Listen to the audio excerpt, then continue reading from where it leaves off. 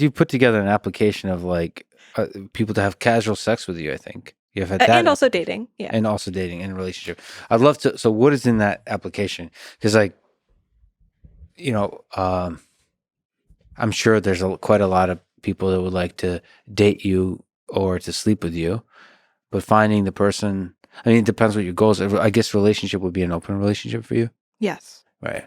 Like for me, I guess it's more close. intensely selective Yeah. because it's like a monogamous relationship and a committed one.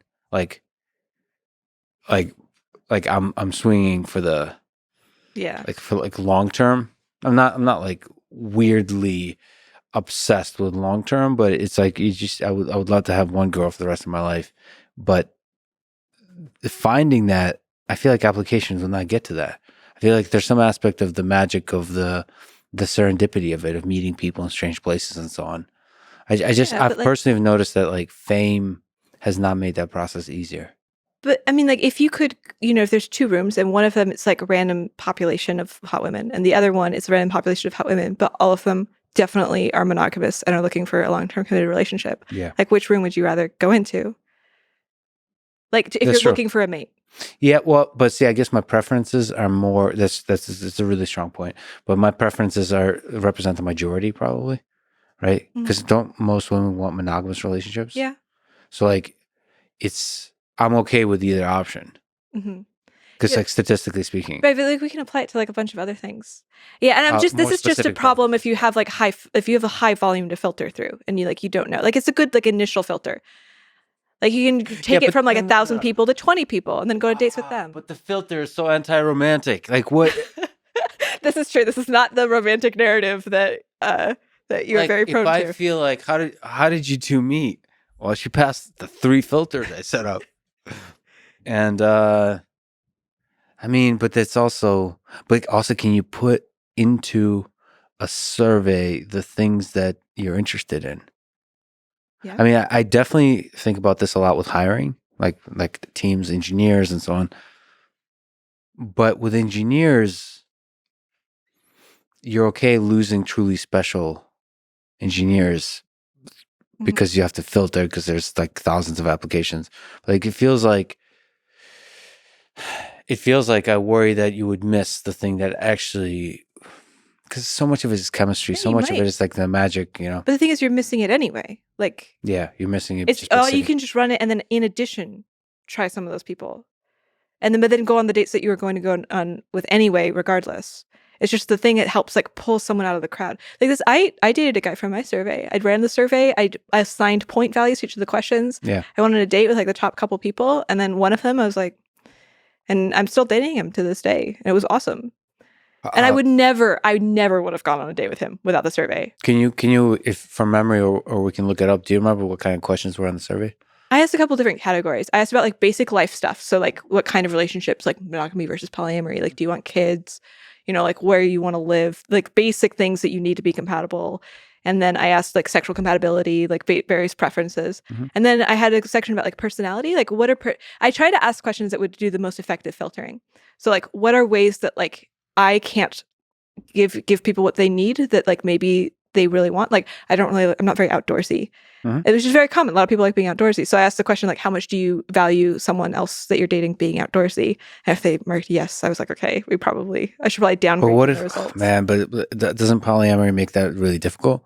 Because can't they find somebody for the outdoorsy stuff? Yeah, they could. I mean, this doesn't like, but if you're going to have somebody, it's like nicer to have them be more compatible than less. But you were a little bit like, in terms of sexual compatibility, you were able to, like, you're self-aware enough to know what preferences you have.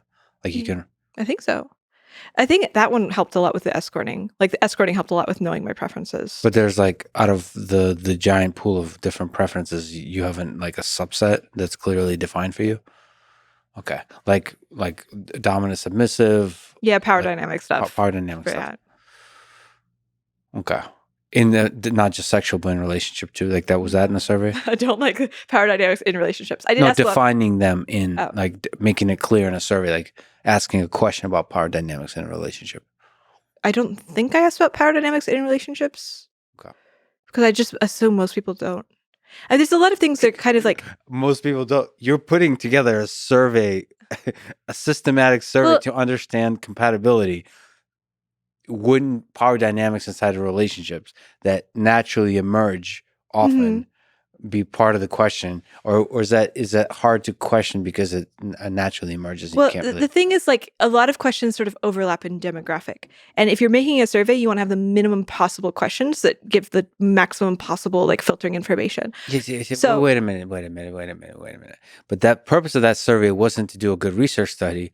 It was to select one subject that you could so take. that's part of what is good. Like, you want to most efficiently filter out, because one, like, you get more people taking the survey, the fewer questions you have, which is good for finding a mate.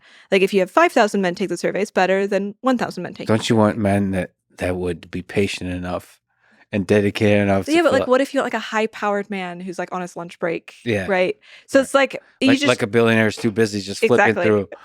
Yeah. And the guy that I dated was he took the survey. He was waiting for the pizza to come out of the oven, and so it was important that it was short.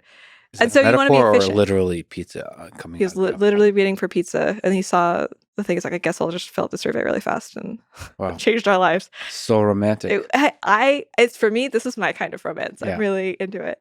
But you could be efficient with surveys by like making sure your questions don't overlap. So for example, if somebody's very polyamorous, they're very unlikely to be interested in like a traditional like man works and like and out and the job and the woman stays home and raises the kids kind of relationship, Mhm. because poly people just generally don't do that. Yeah. And so if I'm asking about polyamory, it sort of kind of already covers the thing. And so if I have a Right. whole bunch of questions, like I can kind of like triangulate a bunch of implicit kinds of questions that I haven't directly asked about.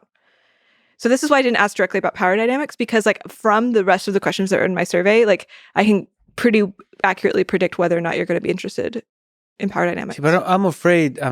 Yeah. Like I'm trying to think as you're talking. I get it. That's really interesting that you did that. Also, maybe not for the effectiveness of finding a partner, but for just exploring the process of human sexuality, of like the search, this complicated optimization process we're all engaging in on the landscape of happiness that seems to be this um, not even a differentiable function. It's a giant nonlinear mess. Okay. But like for me, I don't think I would be able to design that survey. I would like bias it too strongly. Like I would probably prefer women that have read Dostoevsky or something like that. Like that would be a filter for me, right? Yeah. But like that's a horrible filter because a lot of like there's a lot of amazing people that they don't give a shit about reading, or they don't give a shit about reading Russian literature, or they don't give a shit about, Mhm. but they're amazing and passionate and creative in some other dimension that you might completely miss. But you're like, because I wonder if there's any, basically you're saying compatibility, like hard lines that statistically is just going to be an issue. Yeah. I mean, you weight this a lot more. Yeah. But there's also like preferences. Like if you have a woman who's totally equal and she's read the thing that you like, versus another woman who's also identical, but like she hasn't read the thing that you like you probably like very slightly prefer the one But that you don't know what has. the identical. Yes, yes, but like you can't through survey get the identical. Like you don't know. Sure, but you can kind of like do a whole bunch of weight. So like the person that like I ended up going on a date with, he did not answer like correctly to a lot of the survey questions, but he didn't have to.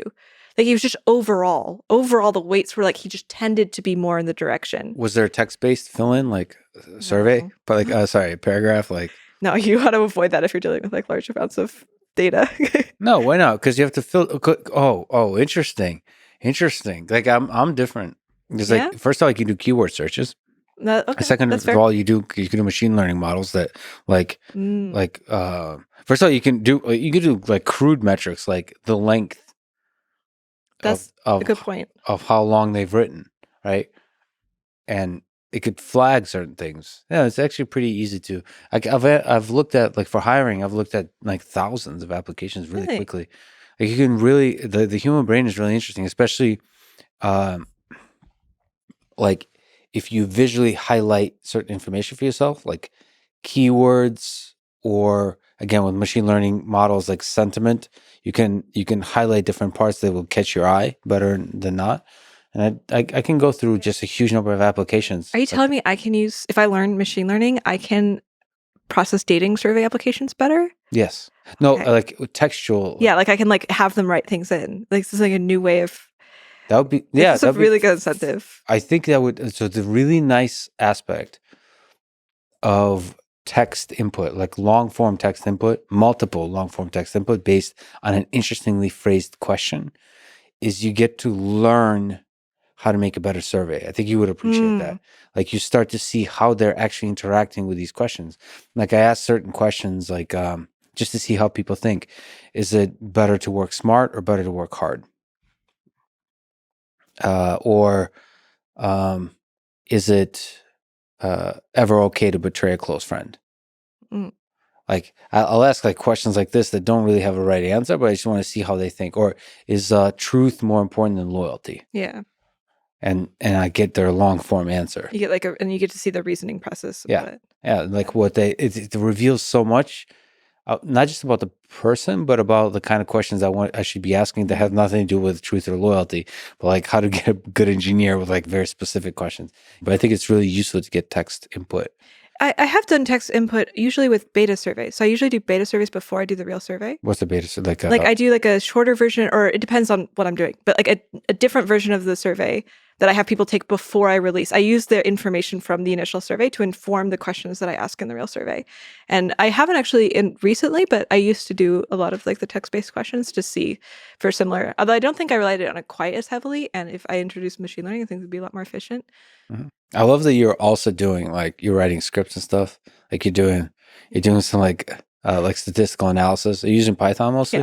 Yeah. I had to learn Python for this which is just the a couple best months ago. way to learn Python, and the best reason to learn machine learning is to solve actual like problems. Yeah, I can't be motivated. I'm just not motivated to learn something unless there's an actual curiosity I have, and I have to learn it and to solve it. I was trying to avoid learning coding for so long, but eventually my data set became too large.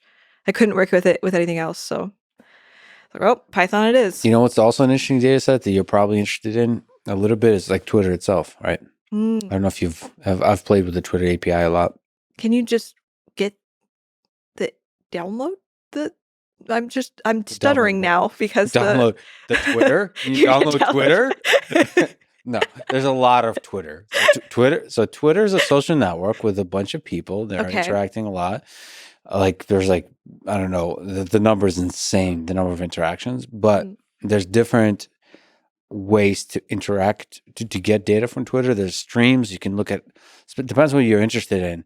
You can do results for searches. You can look at individual tweets and get entire, which to me is super interesting, the entire tree of different conversations, the replies, which might be very interesting for you because like it's not, it's much harder to ask rigorous questions, which you do with your polls, but you could see like how divisive certain things are. Yeah, it'd probably be good sentiment. Like calibrators to figure out like exactly what questions you should be asking. Yeah.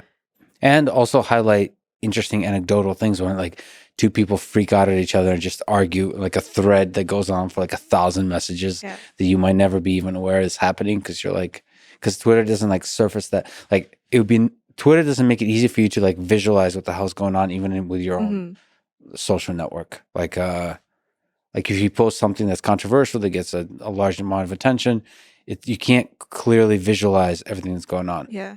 Like it's blurry, amorphous, like you're just kind of looking through the fog at different replies, and it kind of so to be able with the API, they have like graphs of networks. They have the data for the graphs, so you can reconstruct it yourself, and then you have different levels of access in terms of how many queries you can do. That is really cool. And now because there's like Elon, there's a lot of sort of revolutionary stuff happening at Twitter. I think you could literally sort of push for innovation there. Like there's aggressive innovation happening. So in terms of requesting stuff for the API, you could do all that kind of stuff. I think Twitter is just a fascinating platform for as cliche as it sounds, for studying. For me, it's interesting what makes for a healthy conversation. That term has been used, but it's interesting how conversation, to me, it's fascinating how conversations break down and not. Like how like the virality of drama or conflict or disagreement, how that evolves when a large number of people are involved, when a large number of misinterpretation of statements is involved in text-based with some anonymity thrown in. Like I feel like there's a lot of study that can be done there. I mean, Twitter's probably not great at it, right, as it stands. No. because it's like necessarily short. You can quote tweet things out of context, etc. But we should understand that, right? Yeah. At a large scale, you should be able to study that kind of thing.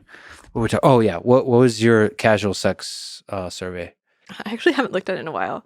I think I just asked people about a whole bunch of fetishes because you don't want to be obvious about yours because then people are going to hijack it to try to tell you that they like what you like. Sure. So you want to be obscure. So how do you design a survey where you're testing for a thing, but you're still obscure about the thing you're trying to ask about? So you still see it as a survey, yeah, like an application. Because I think you tweeted saying like, I'm thinking of just like showing up to San Francisco and saying, "Is anybody open for casual sex?" yeah. Something like this. Am I misremembering? Maybe escorting. I'm not sure. Oh, for escort. Sorry. Which is For similar. escort. Like I kind of use escorting as the way to have casual sex now.